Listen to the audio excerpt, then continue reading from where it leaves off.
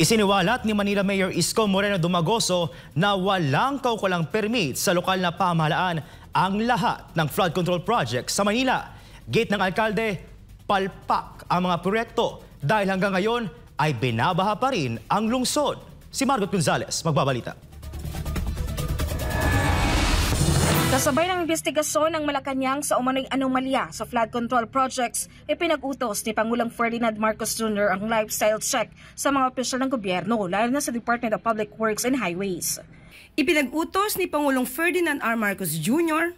ang pagkakaroon ng lifestyle check sa lahat ng mga opisyal sa gitna ng investigasyon patungkol sa mga anomalyang flood control projects. Kasabay nito, binigyan diin ni Pangulong Marcos Jr. ang tuloy-tuloy na pag-check sa mga records ng DPWH kaugnay sa mga maanumalyang proyekto. Ang Manila LGU may kinagawa ring investigasyon kaugnay ng mga flood control sa lungsod. Ayon kay Manila Mayor Isko Moreno Dumagoso, umaabot sa mahigit 14 billion pesos ang kabuang alokasyon para sa flood control projects sa 6 na distrito ng Maynila mula taong 2022 hanggang taong kasalukuyan.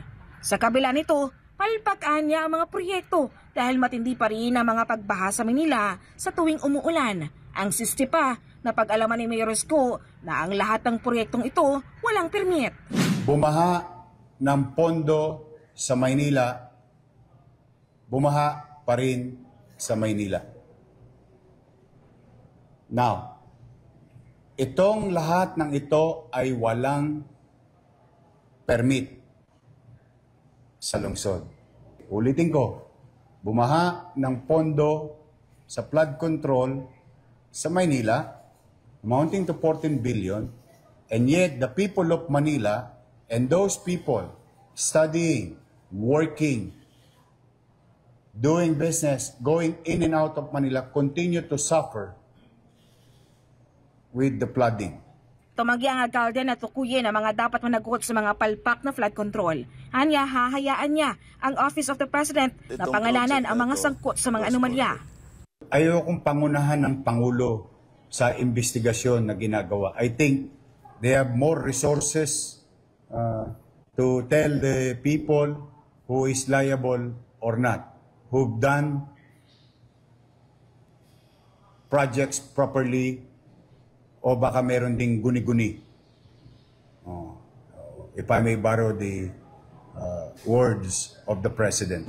Pero bago ito una ng sinampahan ng Manila LGU, ang kontratista na Chelsea Construction and Supply ng patong-patong na reklamo sa prosekusyon dahil sa pag-iba nito sa Rizal Avenue Sports Athletics Complex o RASA Covered Court sa Santa Cruz, Manila para sa pagpapatayo nito ng 145.5 million na multipurpose building. Hindi umano ito kumuha ng demolition at building permit sa lungsod nang gawin ang demolition at simulan ang naturang proyekto.